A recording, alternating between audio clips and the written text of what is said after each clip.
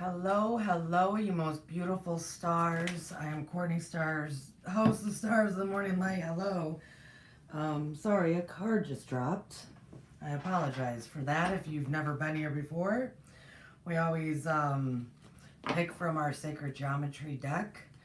And today, right now, is Edgar Cayce Life Skills Study. Normally, this is on Wednesdays at 2 p.m. In particularly, this week for me has been chaotic in trying to hold my schedule together. So it is actually Thursday at like 6:30 p.m. Eastern Standard Time right now. So I'm going to do the Edgar Cayce now, and I will not be live tomorrow on Friday at 11 a.m. because clients had to switch around, and so I will be doing that Saturday at some point. And then Sunday, I'm trying desperately to do my Akashic message, at least on that day. Thank you, Lori. I see you popped in the chat. I appreciate it. Yes, this is so random. This week, planetarily wise, I feel wonderful, which I think a lot of people might not be feeling the same way, but it's because I know what's going on. I'm paying attention to what to let go, and I'm thinking about my future and what I really want for myself. And so I'm enjoying it. And I've had maybe a couple of days of reprieve because of chaotic weather or what have you. But in that reprieve, it also moved everything around. So for me, it's been well. For others, not so well. And that's okay. That's okay. In our Edgar Cayce Life Skills study, we go through his bio, which we did in the last episode, or we look at one of his books and go through it. We are reading from Edgar Cayce on secrets of the universe and how to use them in your life. There's the word life under whatever that was. Some kind of price tag, apparently. I have many Edgar Cayce books. Some I am able to read, literally read, which this I can because I always pay attention to the copyright laws. This was copyrighted in 1989, so there is no limitations for the most part, opposed to like one of his biographies that we're using, that was more in the 90s, that with the onset of computers said, no, you can't put this out there without request or, permission. So tonight is a reading from here. We go through it, we discuss it. Hopefully next Wednesday at its normal time, at 2 o'clock Eastern Standard, there will be his bio again. If you haven't been able to follow through with the Edgar Cayce Life Skills Studies, it is really good stuff. And I think people really enjoy his biography because I try to go into it more so. The whole point of this series is to bring 100 years forward. All of Edgar's life was around that turn of the century where spiritualism was in full swing and a bunch of other stuff. And we seem to be experiencing a lot of the similarities within our turn of the century time period. So I'm trying to bring everything, even his readings, his prophecies, what his life would have maybe looked like more so in today's world. I'm trying to bring everything 100 years forward. And I am realizing after we get through this book, I think I'll have to go more into some of his prophecies as we keep going, right? As we keep going. So thank you for being here, Jargo. I saw you come into the chat. I appreciate it. I do say hello to those in the chat when I can, because this is a lovely community here. We all adore each other. So thank you Lori and Jargo for showing up. The Sacred Geometry card that we pulled is number 25, Emergence. The frequency of emergence invites us to approach our reality with a childlike attitude of innocence and wonderment, and to watch and celebrate the beauty that unfolds from that place. I believe this card has been coming out a lot lately, especially with, I think, the Edgar Cayce stuff. That is a beautiful, as I hold the card up, emergence. That is the sacred geometry of emergence, of having that childlike glasses on thoughts, a childlike attitude of innocence and wonderment, to watch and celebrate the beauty that unfolds from that place. This literally fell out of the deck. Now, is it going to be apropos to what we're reading? I'm not sure. But it's always a nice reminder, especially this week. Especially, the next 13 weeks, really. But that's, especially this week. To not take life so seriously. Not take things too personally. That sort of stuff, have that childlike attitude of wonderment, even if things appear to be chaotic or you got to be flexible. Still, maybe some of it is blessings, right? Maybe some of it's all blessings. So we are actually starting chapter 4 in our lovely book here, The Secrets of the Universe and How to Use Them in Your Life. What this is a lot of Cayce's books are like this, because he had so many readings and people would jot it down. So what they did with many of the books is they grouped them. They said, okay, this reading's really about this and then about that, and then even cross-reference stuff, and then somebody wrote an explanation to what he was saying. Is it decently written? Yeah, it's all right. It's okay enough. But that's why I'm here, to bring it 100 years forward. So, we are on chapter 4, Secrets of Loving and Being Loved. The secret to loving is to love. The secret to being loved is to be lovable. We don't like to hear that, because it puts the responsibility of not being loved enough on our shoulders, where it belongs. Fortunately, the universe of grace and mercy governs the best love relationships. Grace is immunity and unmerited favor. Mercy is a reprieve from a fate of considerable severity without further implication. The law of grace and mercy, then, is another chance. Cayce said if we expect love, we should make ourselves lovable. Who among us is so lovable we never need another chance? Oh, good question.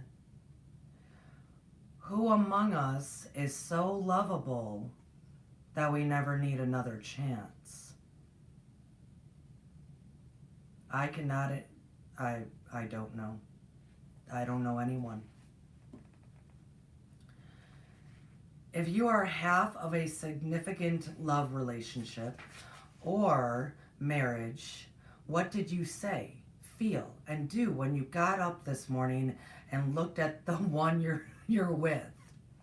And lovely people, this goes into all sorts of relationships, and it will keep going in the idea of love. So bear with, and I did have to chuckle because I have been married for a long time.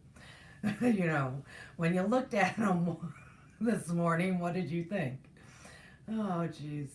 Did you speak? Were you polite? Was it in the same way you would be to a coworker or a stranger on the street? Did you touch and apologize for getting in each other's way? Did you feel connected, or did you feel shackled or imprisoned or even lonely? Questers of secrets of the universe are generally channels of spirit, caring, gentle souls, lovers of creation, children of the one true God. But when it comes to relationships, we're about as dumb as the next person. Please take that in, folks. Please take that in, especially with my patrons of Stars of the Morning Light. We focus so much about healing and healing relationships before we even get into like metaphysical stuff and practicing all the woo-woo, because we're all still human. And this is why, in my humble opinion, all of the ascended masters, all of them talked so much about the human emotion, because it's that we really have to get kind of figured out and situated and heal and work through and, work with. Because that's the one thing that really gets in our way. It's the complexities of being human. It's the one thing. Cayce said, if we don't love our worst enemy, we haven't even begun to develop. Yet often we act as though our worst enemy is living under the same roof.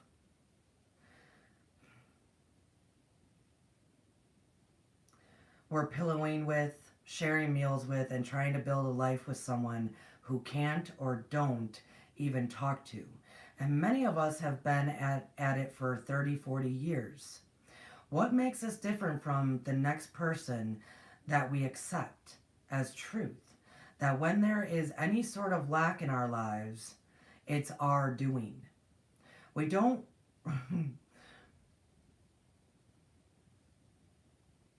we don't accept what comes and shrugs as if those were the breaks. If we're being honest, we know we set it up. We're reaping the harvest of seeds sown, but there's more to it. We are required to see the spiritual essence, that which you would worship in a person, even our mate. That does not mean to miss the the humanness. Whoa, that's a Freudian slip. That does not mean to miss the humanness, but it integrates the two. Another author Herman Boe, I guess that's his name, Herman Boe, tells of trying to come to grips with this startling concept. So really, when we read through the first few chapters, remember we were going through the principles in this, and we were going through the 12 principles and all sorts of stuff in this. We are on chapter 4 now. I have been trying to say that so much of what this book is describing, that was written in 1989, using his readings from many years prior, much of what is being discussed in this is very much codependent behavior and thought processes. Much of it is. But in 1989, that concept of codependency, the idea of it was barely touching the surface. It was barely, the word hadn't even started spreading. I believe the first book, is her name, I think it's Bailey something, was really written, I think, around 1989. So, I mean, in the psychology world, this was not a thing yet. For therapists and counselors, it was not really a thing yet. So this book very much draws upon what we should, but many don't, about codependent thought processes and behaviors. I just wanted to throw that out there. When I first heard Cayce's astonishing saying, I was sitting in his sunny study during a reading, while he spoke quietly in a trance from the studio couch across the room.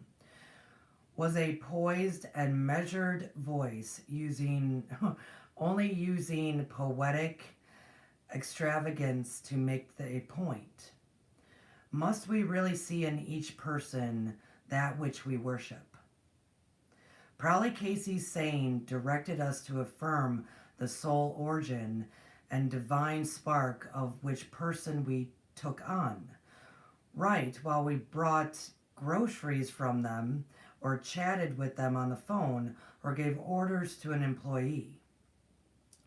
This approach didn't get me very far. I split my attention trying to perceive each time an essence, an origin, a spiritual core. As a result, I missed some of the direct impact of the freckled face grin, a sexy walk, a child's babble. Trying to think about ultimate spiritual substance took me away from real encounters. So that while I felt vaguely elevated, I wasn't all there in my scene. Certainly, oh man, now we know why this card came up. We'll get back to emergence, folks. Track with me.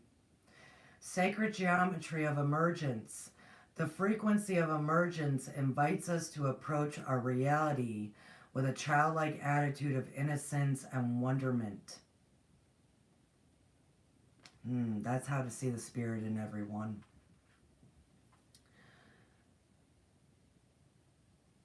I wasn't all there in my scene. Certainly, I would have missed some of the earthly humanity of the Master had I met him on a rocky country road in Galilee long ago and looked only for the divine principle incarnated in him. But I managed in time to stop my nibbling, chattering, slot using, analyzing, consuming mind for an instant while I was simply present with another person, as all of that individual's uniqueness shone upon me. A phrase from a Christian mystic helped, a kind of prayer called simple regard, meaning undivided and unprocessed, worthless, direct attention to God. So I set about practicing simple regard for people I met on a daily rounds. Okay, so they're saying take out all the intellectualizing, take out everything, hence why our sacred geometry deck is actually always directing us with emergence as I hold this card back up. And saying if we actually spoke with each other and saw an observer way and like childlike eyes, children are innocent. They trust. Children sees the good in everybody immediately.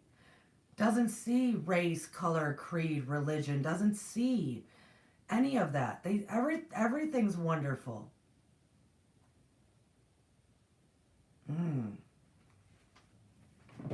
That's great. After Bo told his story one night at a small group meeting, an elderly gentleman speaking of his marriage of 41 years said, "It's probably a case of two people who should have never married. But of course, it's too late to do anything about it now. But 40 tragic years too late." Oh my goodness. Bo's story of learning simple regard pierced my awareness as being the missing element in this man's and many other relationships. I wanted to cry. Don't you ever once just appreciate one another's own uniqueness? Howe said that he missed the impact we could have on one another if we just be together and shine on one another. An occasional few moments of undivided and unprocessed, wordless, direct attention to each other in real encounters where we're really all there in our scene, worship moments with no chattering, slotting, or analyzing aloud. So moments of selfish giving would be better than, as Emma Bombach puts it, a whole lifetime of chocolates and Hallmark cards. So, hello, Miss Cricket, I see you in the chat. So what they're saying is we miss something along the line. Think of when a child looks at somebody. Just imagine in your mind right now. Either you've experienced or you witnessed it. How, let's say there's an adult explaining something to a child. Take a grandparent explaining something to a child. And that child is just staring at them in complete wonderment, in complete, like, are the words being actually processed with that kid? Maybe not. They might just be so in awe of that other person. We've all seen it on children. We all have. Are we able to do that with one another as adults? To look upon someone without anything running through? No words, no questioning, no judgments, just, and seeing that shine that we all have, but it seems that only children get to see. It's amazing, because children prove to us that we actually don't lose it. That we don't lose it at all. As adults, we don't see it, but we haven't lost it. Because when children look at you like that, and it happens to all of us, that's what they're seeing. They're seeing the light. They're seeing that God spark within. They're seeing what they know is like worshiping. That's because I keep referencing worshiping, right? It's amazing what children can remind us of.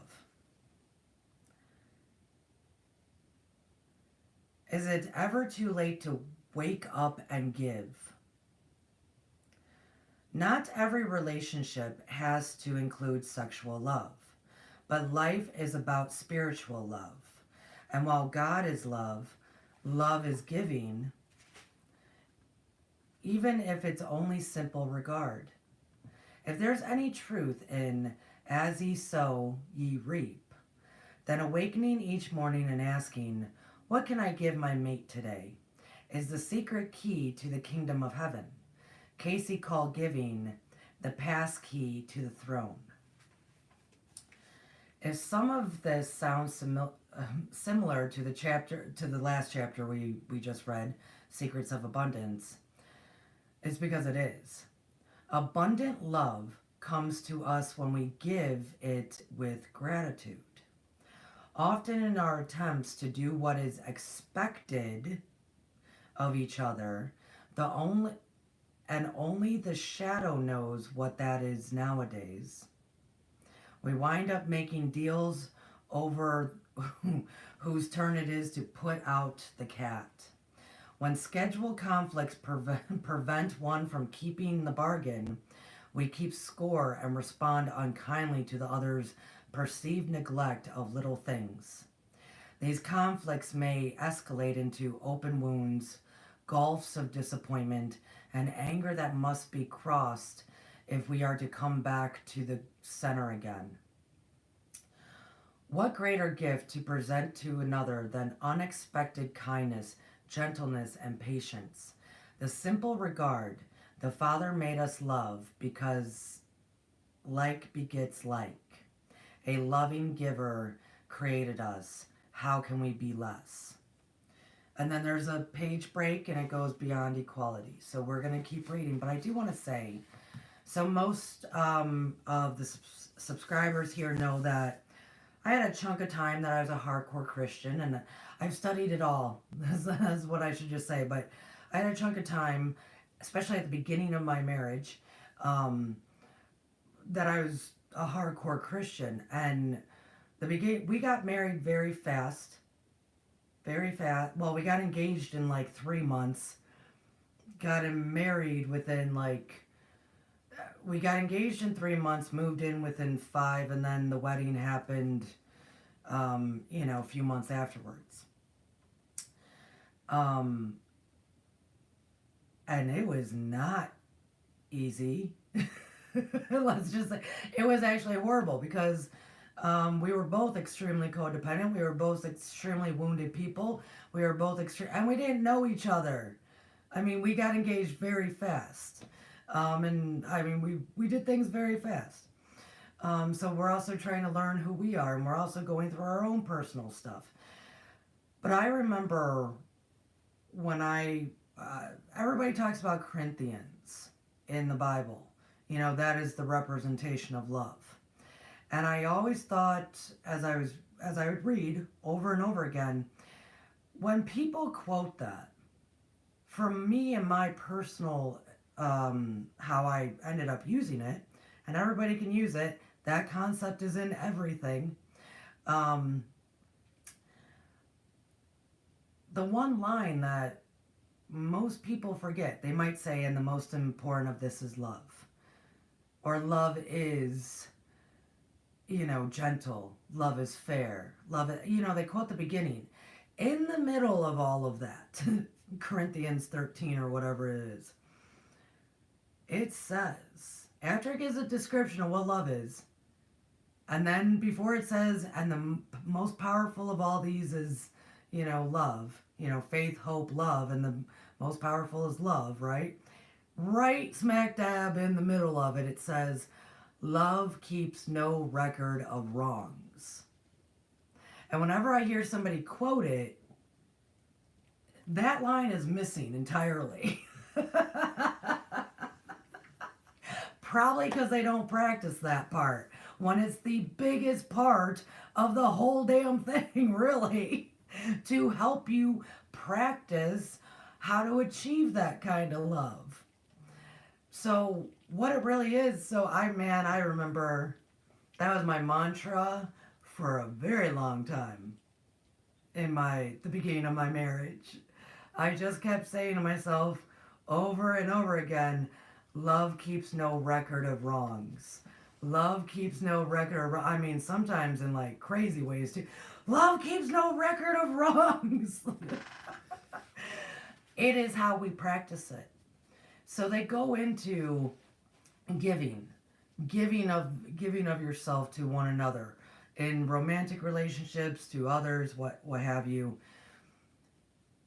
And at the very beginning of this chapter 4, they talked about who's lovable enough, right? I do want to tell everybody that line right there of keeps no records of wrong. If we can actually, you might need this, especially because everything that Venus is doing right now in the sky. Pardon me one moment. Samson, come on.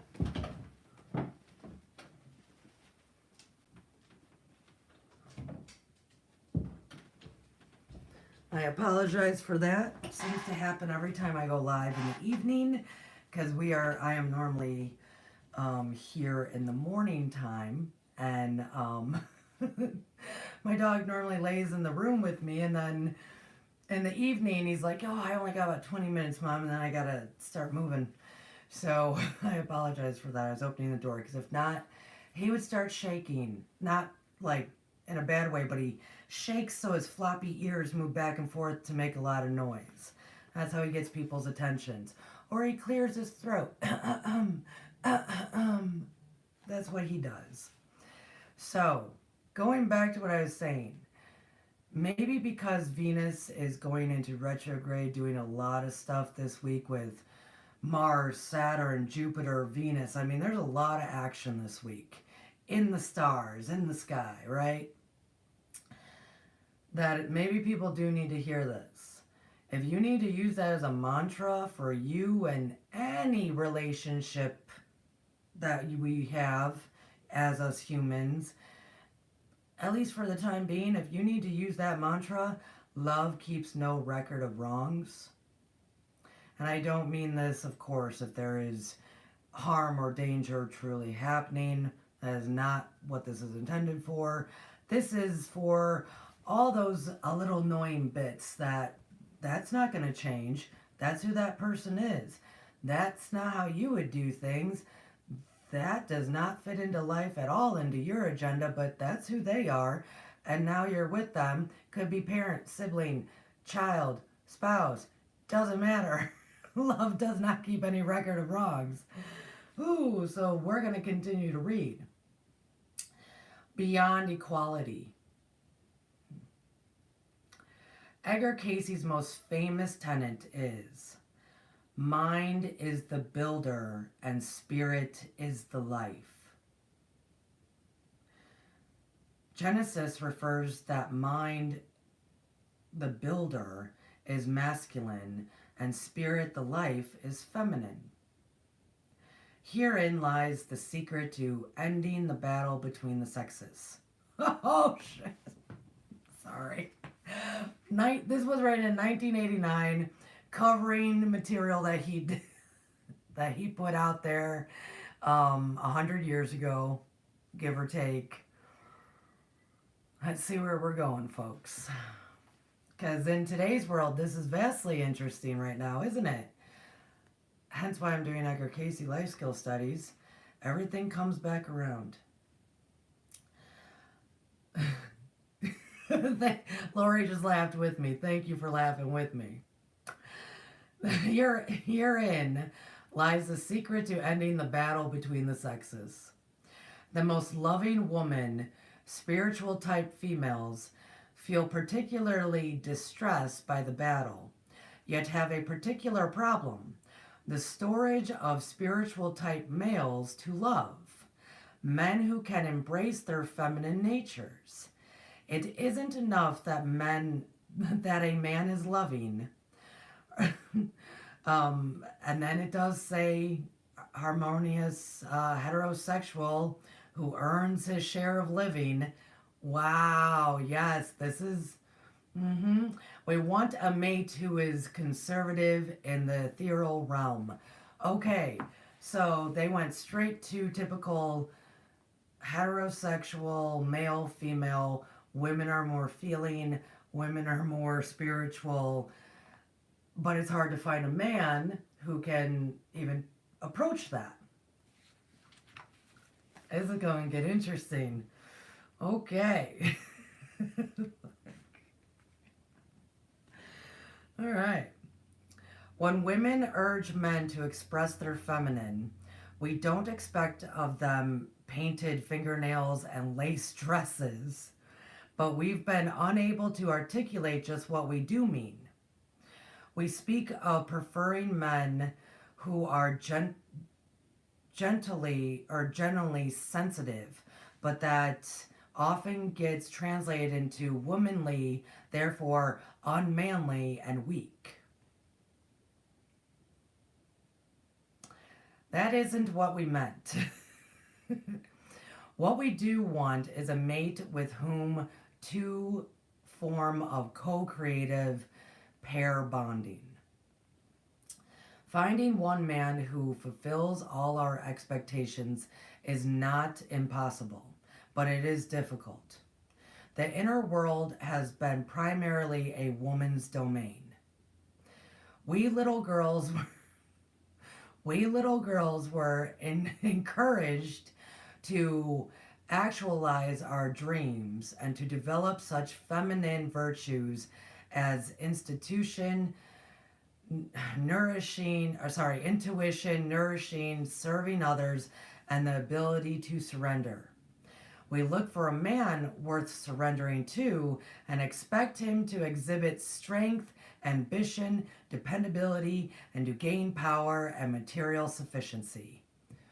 Okay, I'm going to have to talk a lot about this, I guess, because I actually studied a lot of this in college as well. Back, back when. Lori just said, I ain't no little girl. That's right. Little boys were encouraged to risk life and limb outwardly, athletically on the playing field, corporately in the boardroom, but not to claim their feminine side. When they risk venturing inward, as male voices are inner life, they risk, oh, sorry, often they find it necessary to shake off the trappings of the outer world and stalk truth as they once stalk wild game for survival. Often their love relationship suffers, to say nothing of their work lives. Okay, so actually, before we're gonna keep going, I'll go into this. I really will go into this, and a great book that it's a great book to read by Dr. I think it was Beverly something, Dr. Beverly something. I apologize because this is off the cuff because I'm gonna have to in today's world go through what they're saying because we're living in such a vastly different time period of identity. The book's title though is "You Just Don't Understand." You just don't understand. And actually, she's got a great many books, this doctor. And in that book, which I read actually a few times because I had to actually keep going back to it, it was that good.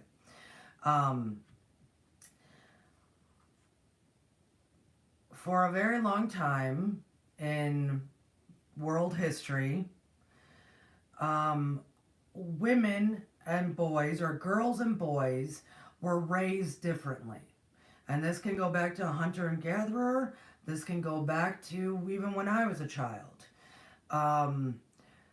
Not so much because it's a set gender thing, but because of our aptitudes already that are innately kind of in us.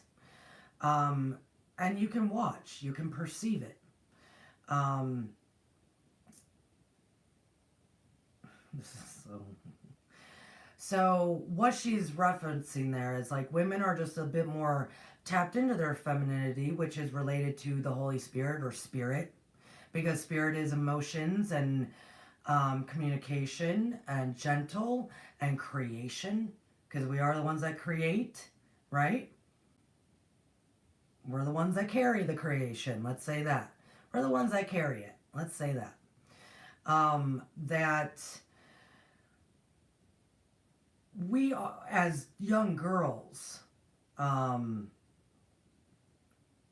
we naturally then would, in other groups of girls, you could see our development of communication.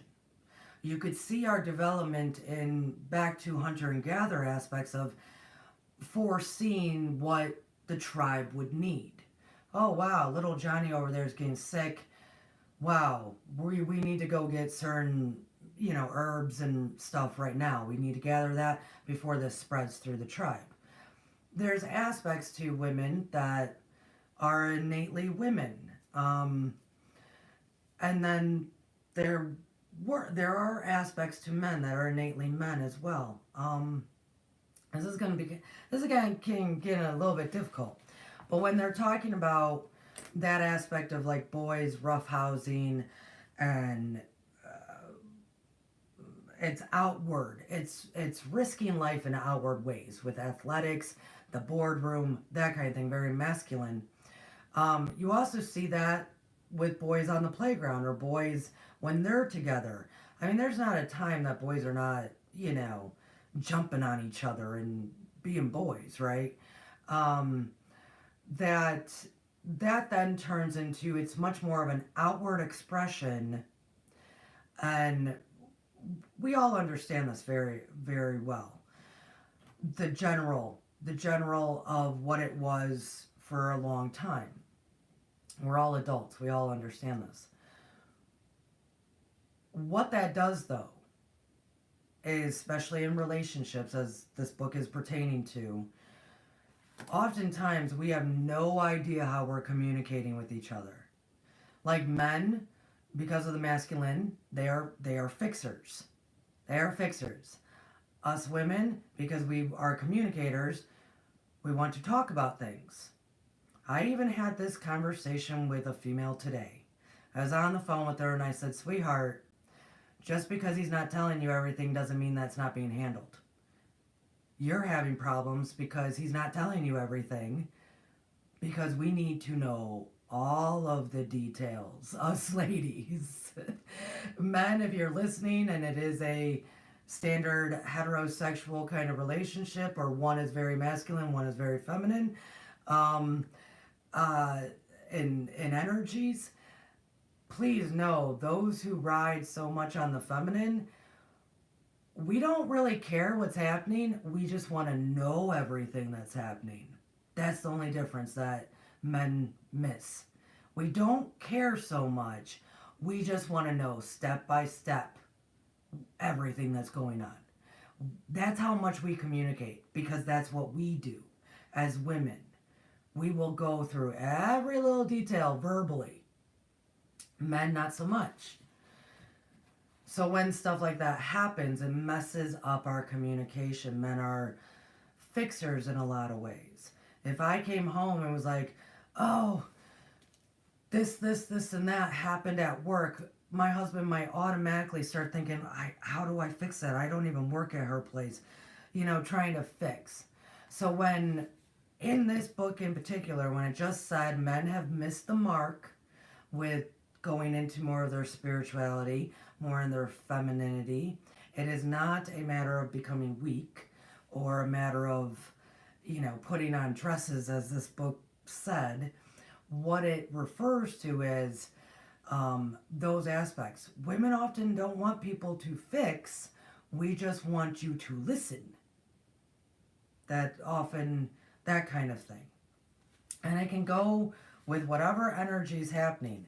It is kind of difficult to have this reading right now. I was not expecting this, to tell you the truth. This is my first time actually reading it. I tried reading it earlier, but things got busy. So we're doing this together. And this really does go for,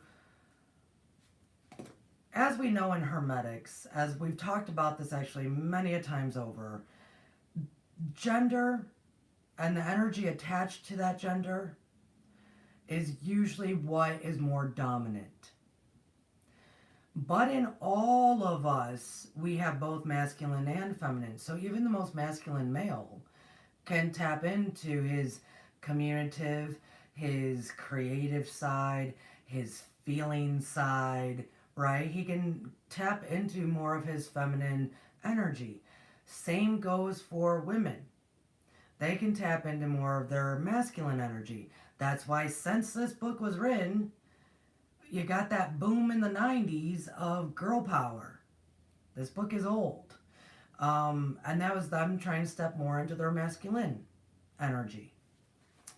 So, in reality, everybody's got both types of energy qualities to it. And remember, all energy is actually neutral. We're the ones who put the deciding markers, or the typical, how it plays out, identifying markers on that energy. All energy is actually very neutral. We're the ones that are deciding what is feminine, what is masculine. Even if it is getting a little screwy, right? For men and women alike, unifying purpose and profession into one glorious, cohesive life usually requires self-integration.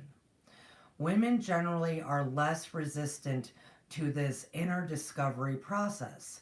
Hence, church and inner journey organizations usually contain more women than men. Right? I'm going to keep reading. Hold on. Men and women alike need role models for loving and being loved. For men, both the old style, traditional, and enlightened A role model for embracing their feminine nature is Mary Joseph's The New Testament. So this book does go into more Christian aspects. Do remember Edgar Cayce was a Christian his whole life.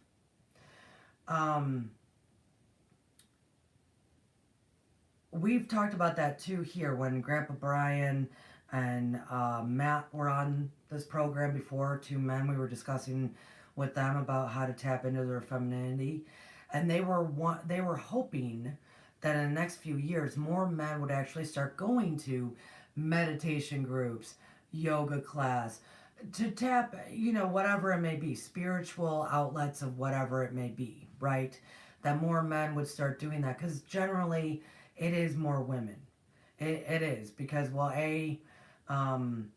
men might be working more hours and we might be able to get away. If we get a babysitter, we might be able to get away. We see it as treating ourselves, when men might see treating themselves a little bit differently. So we're hoping that kind of switches over a bit more. I will tell you, though, I just looked at my analytics for this channel like yesterday, which I don't look at those too often. I just looked at them yesterday.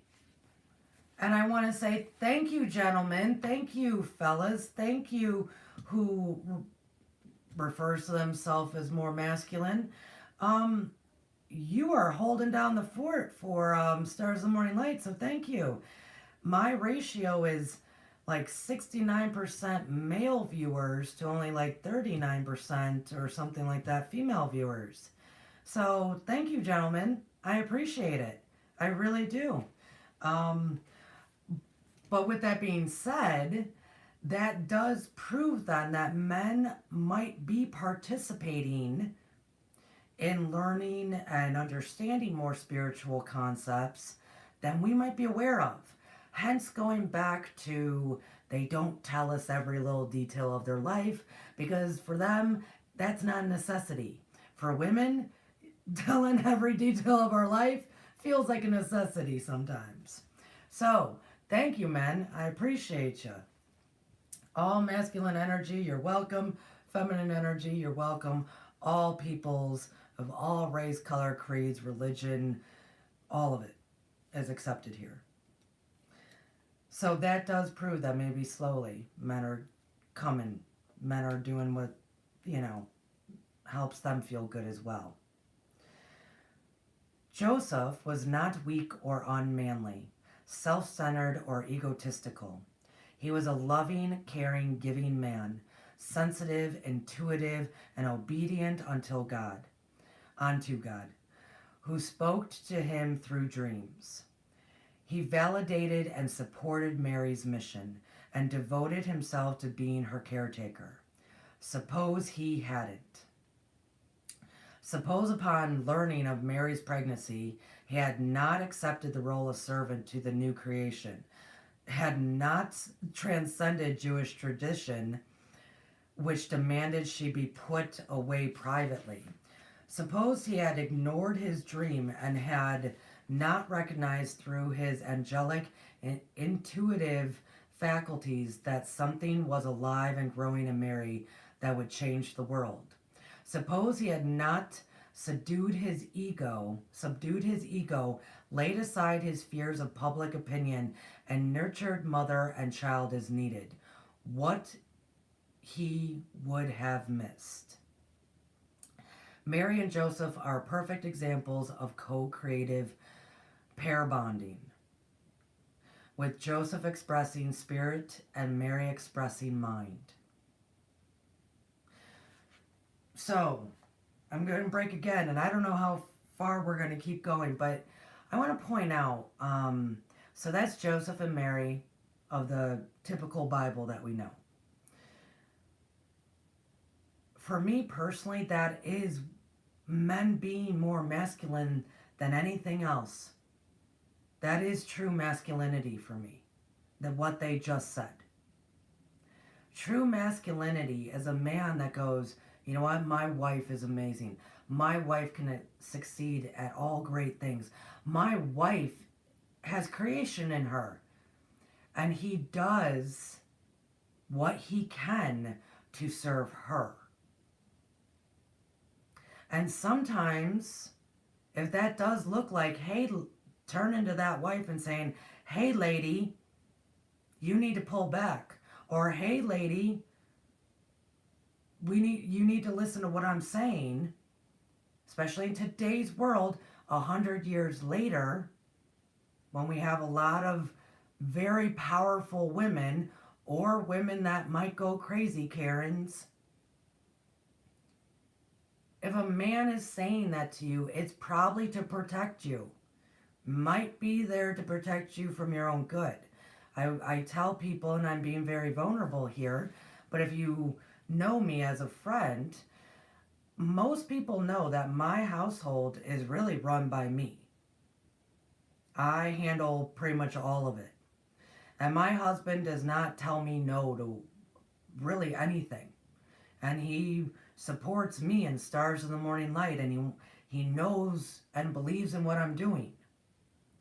But there are moments that when my husband puts his foot down and says, those people are not allowed at our house. Or, Courtney, you need to stop. This is not good. Or, that you need to cancel this. It's because he is seeing and witnessing me going crazy. Or verbally hearing me bitch every night about so-and-so. And he's saying, remove that person from your life. And if you can't do it, I'm going to put my foot down. And when he does that, I respect him enough to know you're actually taking care of me. You're doing for me what I cannot do for myself. Thank you. So when he does it, I say thank you, and I move on, and I keep taking care of everything. That is how it works in my house. It took us many years to understand that he is actually being more masculine in that way of actually being in the background, supporting me in all, allowing me to make my decisions as a free thinker and mind builder, but protective when I need it. That to me is the most masculine of all. That to me is what women actually need.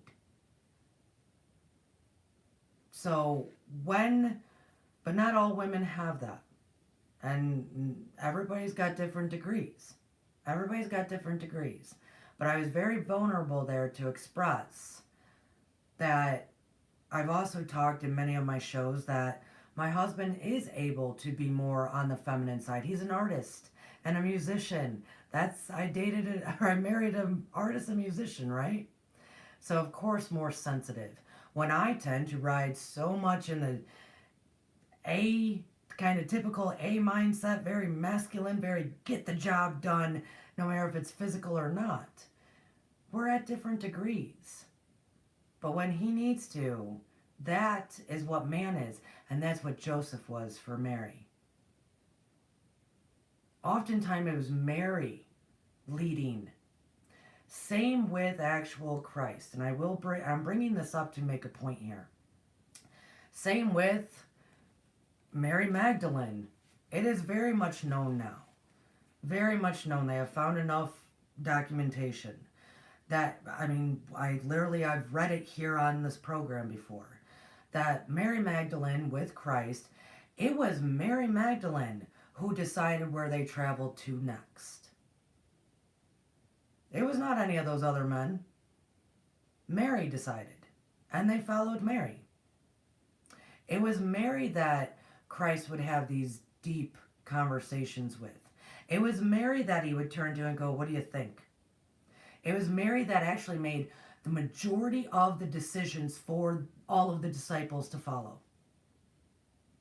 Because when Christ said, and I want to make it very clear, that ascended being, when he would say throughout all the readings, no matter if it is the Nag Hammadi or the Bible, no matter what translation, and he was saying, this is for people who have ears to hear and eyes to see, and it is repeated so many times, it's because when they would travel, he would say that This is for people who have ears to hear and eyes to see.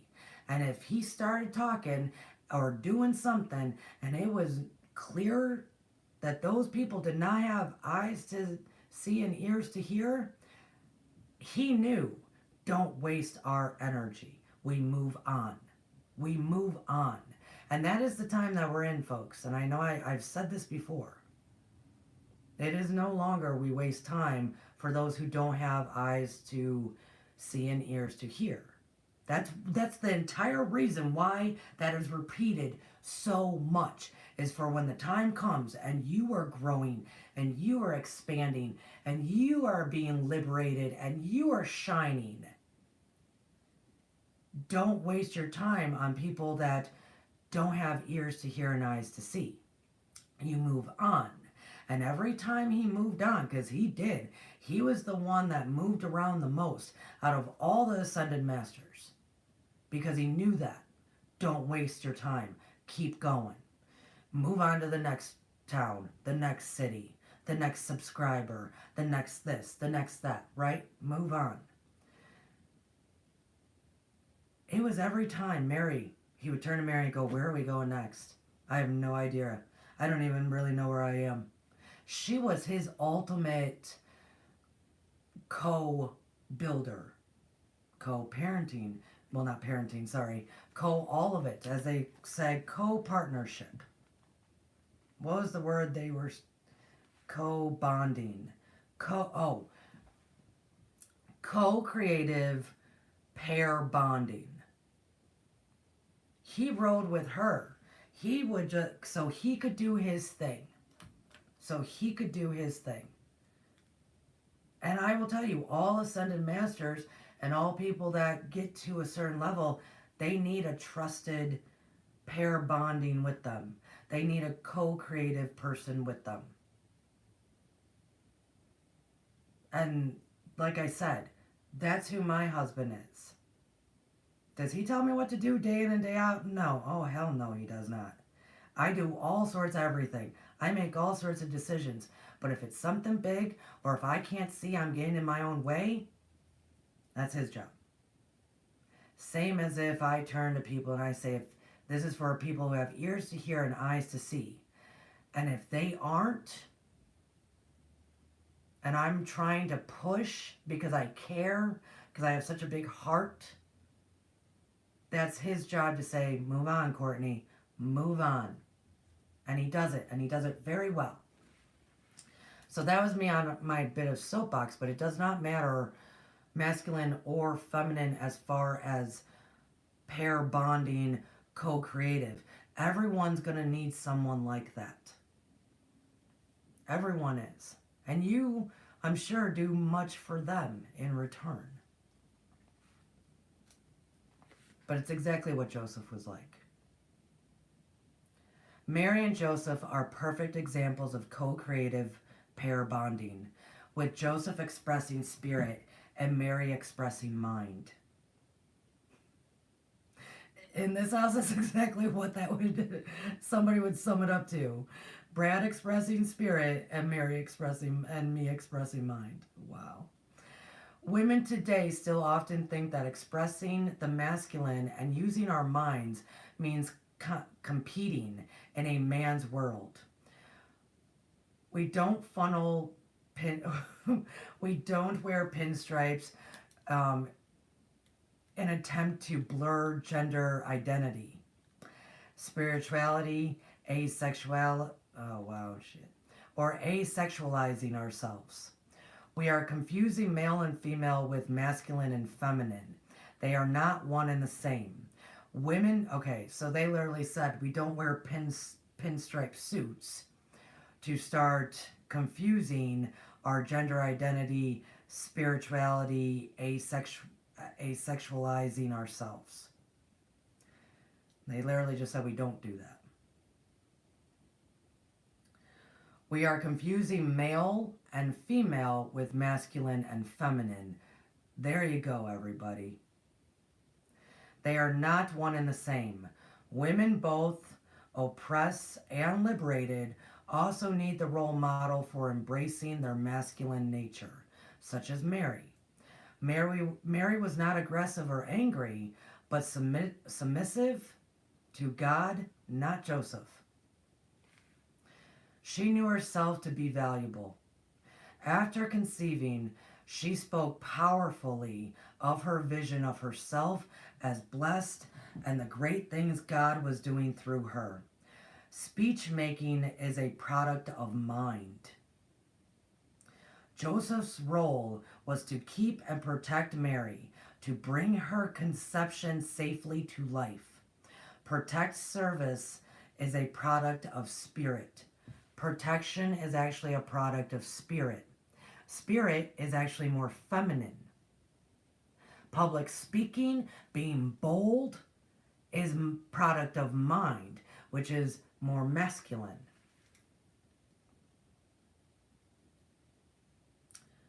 Protective service is product of spirit. Even one so favored as Mary needed a male, human partner to help her with her mission, indicating that all light bearers need help. I think I just said that, folks. All light bearers need help. Nowadays, women still trying to shatter oppressing traditions, including the one of always supporting his work at the expense of hers, are winding up as utterly disgusted, confused, and angry females who feel the need to assert. Oh, shit. Sorry. This was written in 1989. Relationships with men who feel threatened, who wouldn't be God, be trembled by submission, are vaporizing in the battle heat. Oh, that's not how it was meant to be. Look again at Genesis. Well, we are really seeing how the fallout of the 90s, I'm going to say the 90s, we're really seeing the fallout of all this stuff. As far as men and how they've kind of vaporized through the battle of, the heated battle. Yes, we love men. We love all beings. I want to go back before we read again how it says we are confusing male and female with masculine and feminine. They are not one and the same. They're trying to say gender and the attributes are not one and the same as the energies. When it just explained protective service, think of all protective service. All protective service, which normally we associate with masculine. Normally we associate that with our military, our policemen, masculine. All protective service is actually in the spirit and is actually feminine. That's why if any woman here or any person could say this, that women and their children, don't mess with them. That is the ultimate protection, right? That's what men are actually using. Same type of energy that is actually feminine. But we confuse it. Genesis indicates mind is masculine and spirit is feminine, and both exist in all creation. Not only the plant and animal kingdoms, regardless which gender embodies. Right. Masculine and feminine are in all beings, all of creation, plants, animals, us, everything. Mind is the builder and spirit is the life. Is demonstrated in Genesis when the Creator's own feminine spirit moved, giving life to the universal mind's creation, which was until then without form and void. The Hebrew word is Tohuw, which means worthless, Nothing comes to life until spirit moves. Luke 1:38 shows Mary subjugating her conscious mind to Father's when she said, "Be it unto me according to thy word." Then the Holy Spirit moving on Father's mind, which according to Cayce's readings extends beyond brain center functions throughout the whole body, caused Mary to conceive. This was Genesis repeated. The Father spoke, Spirit moved, and light came into the world. Mary became a vessel of creation, just as the universe became the vessel of creation in the beginning. Men and women alike can be or become vessels of creation, and it is which you can. Men, women alike can be or become vessels of creation, and it is probable that co-creative pair bonding, each person embodies traits of both Mary and Joseph, and each half of the couple trades off roles as necessity. Sorry. I was thinking because I was thinking of something. When I was that hardcore Christian, I had a Christian mentor. And I came to her one day. I said, I've been reading a lot of this Bible here. And I think the Holy Spirit is feminine. And she said, what? I said, well, think about it. Every time it mentions the Holy Spirit, it's, I'm going to send you a helper. All of the details about the Spirit was very feminine. That mentor of mine, who taught many classes, did a whole lot of things, lovely human. I'm not anything against her. No one had ever said that to her. No one had thought about that, I guess so. And she's been all over the place. And it's because it was strictly always Father, Son, Holy Spirit. It is all masculine, that Trinity. That don't make no sense. Now when you read the words on the page, the Spirit has always been feminine. Oh, it said the chat died. It said that the Spirit was always feminine in its details. And it's what moves. It's what communicates to you. It's what might fill you with feelings. It is your helper. It was always feminine. So I'm happy Cayce is making that very much well known. The mind, the consciousness, that is masculine.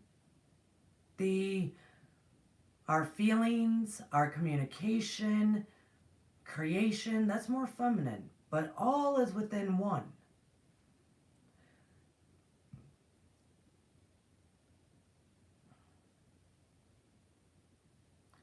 Being chromosomally endowed with certain instincts does not negate the fact that both sexes, masculine thus forth images,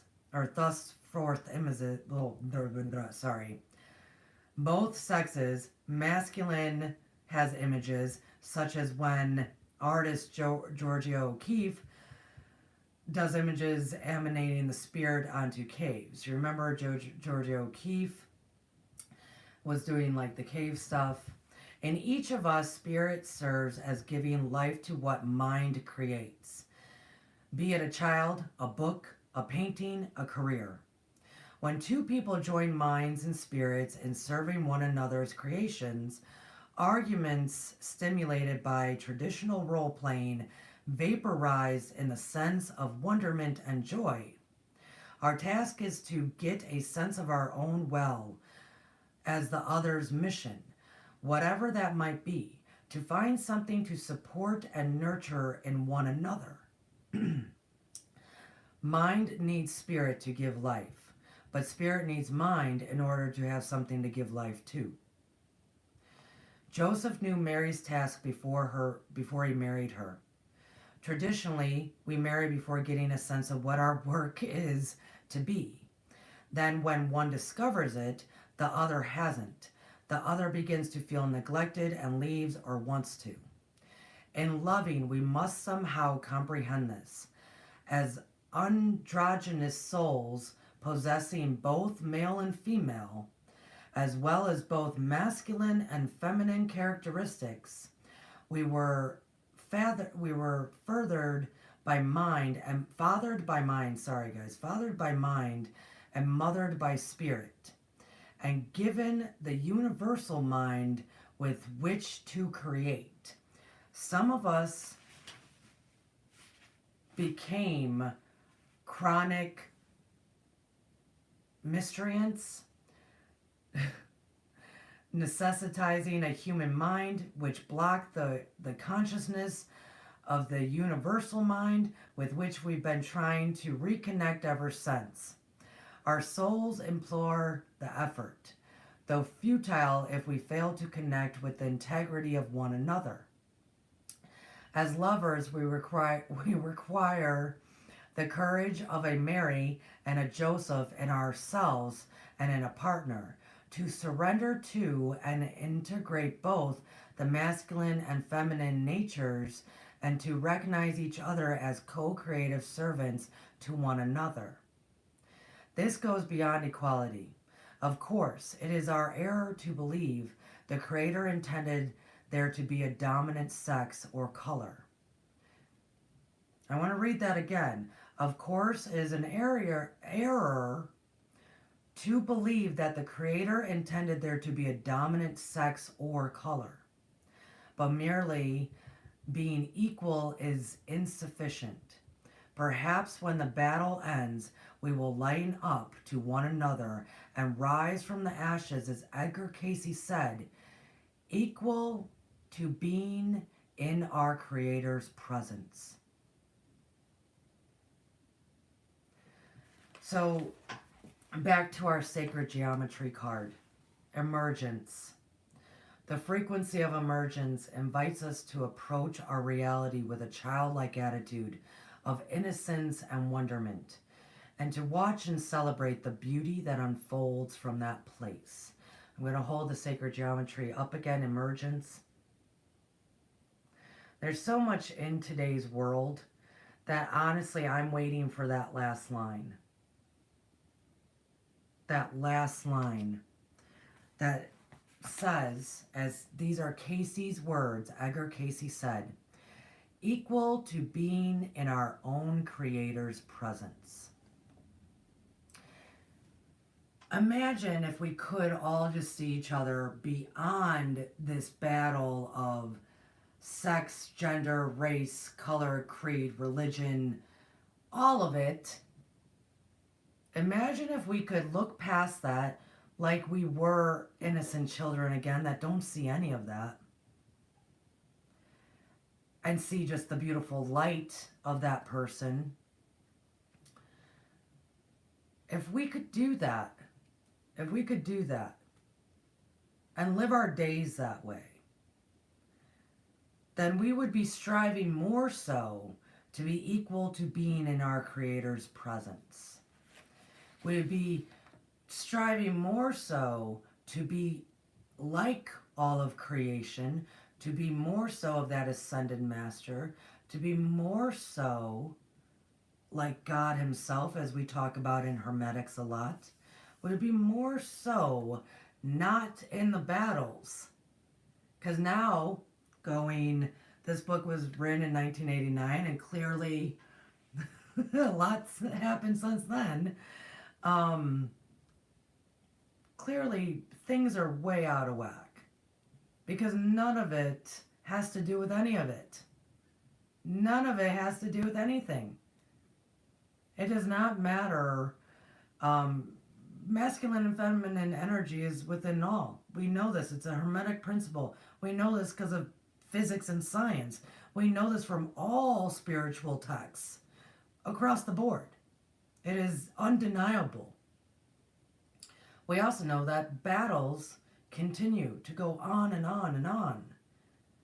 For I don't know what the end game is, because there is no one of either superiority. We're not striving for the right thing. We're not striving to be ascended in our own energy as we know it within ourselves. And this co-creative pair bonding experience has nothing to do with male or female. It has to do with how do we support one another to get to help that person be celebrated and establish how they see fit. Do not think, as I just said, that my husband supports Stars in the Morning Light, and he supports me fully, and I pretty much run a whole lot of this household.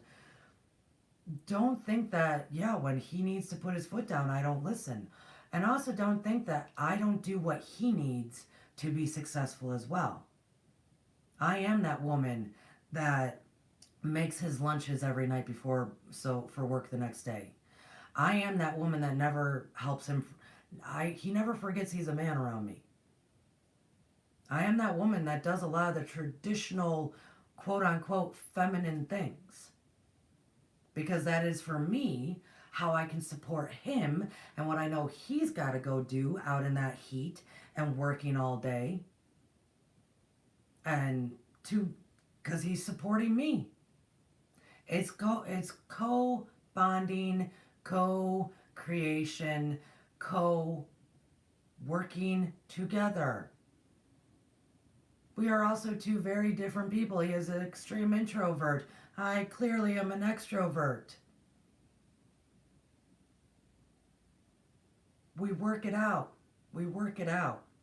And it's because, going back to the very beginning, to really practice accepting and loving whoever you have relationships with, spouses, parents, children, siblings, friends, coworkers. It is. Love keeps no record of wrongs. Love keeps no record of wrongs. So I'm just waiting for the day that all these really outplayed battles, because there's literally nothing to be won here. There really isn't. All of the battles. I'm really waiting for the day for when that part of Corinthians is not misquoted, is not left out. Because if we can actually understand those words, love keeps no record of wrongs. That is for eternity. That is for past, present, and future. That is love. That is the ultimate.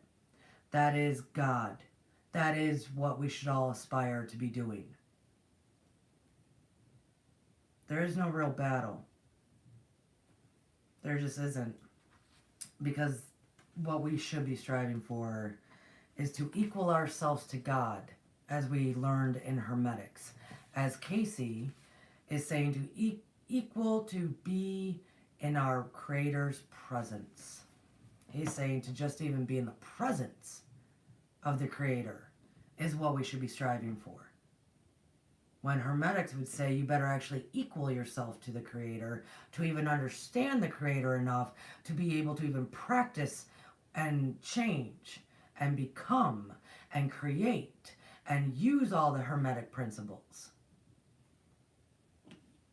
We're all at different degrees in our masculine and feminine energies within, and we're all at different degrees in we keep no records of wrongs.